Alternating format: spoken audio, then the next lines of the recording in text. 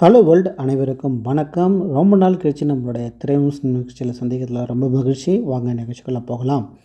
இன்றைக்கி வந்திருக்க இந்த வாரம் லேட்டஸ்ட்டாக இருக்கக்கூடிய படம் பார்த்திங்கன்னா துரந்தர் அப்படின்னு சொல்கிறாங்க.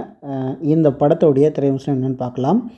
ரன்வீர் சிங், சஞ்சய் தத் நடிப்பில் வெளியாகியுள்ள இந்த துரந்தர் இந்திய திரைப்படத்தின் விமர்சனத்தை தான் இங்கே பார்க்குறோம். தமிழில் இந்த படம் வந்தோடனே நீங்கள் பார்க்கலாம் என்னென்ன லாங்குவேஜில் வருதுன்னு. நான் அதனுடைய தமிழாக்கத்தை தான் சொல்லிகிட்ருக்கேன்.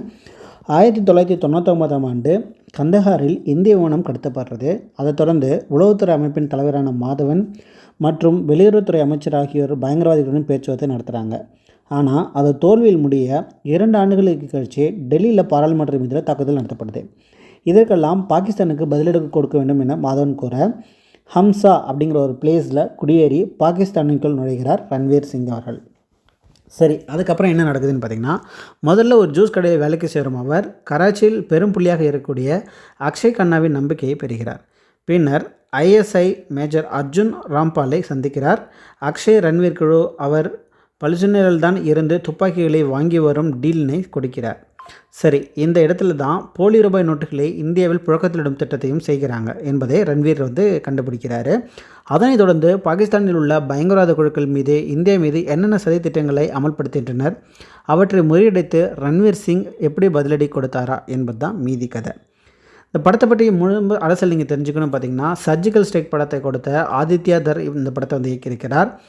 காந்தகாரில் விமான கடத்தல், தாஜ் ஹோட்டல் தாக்குதல் போன்ற உண்மைச்சவங்களை அடிப்படையாக கொண்டு இந்த படம் எடுக்கப்பட்டிருக்குன்னு சொல்கிறாங்க.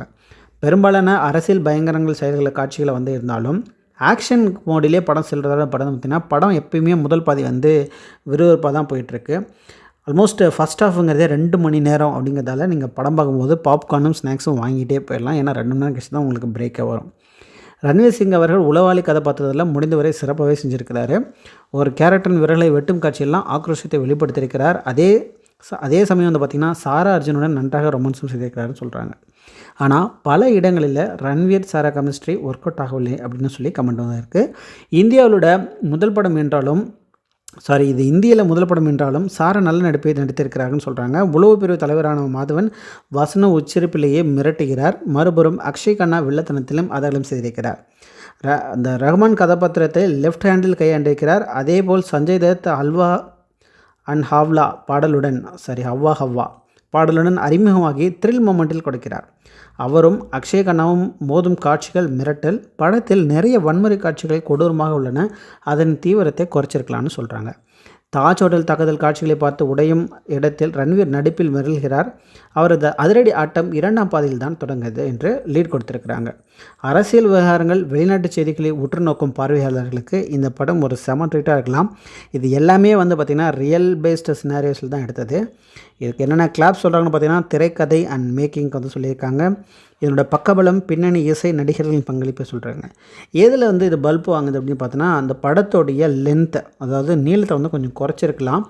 மொத்தத்தில் இந்த துரந்தர் வித்தியாசமான ஸ்பை த்ரில்லர், கண்டிப்பாக திரையரங்கில் பார்க்கலாம்னு சொல்லிட்டு 3.25 out of 5 அப்படின்னு சினி உலகம் கொடுத்துருக்காங்க. அதனோட அப்டேட் தான் உங்களுக்கு கொடுத்துட்ருக்கேன். வேறொரு நிகழ்ச்சியில் அடுத்த வாரம் சந்திக்கலாம். நம்ம சேனலை மறக்காமல் சப்ஸ்கிரைப் பண்ணி தொடர்ந்து ஃபாலோ பண்ணுங்கள், சப்போர்ட் பண்ணுங்கள். நன்றி, வணக்கம்.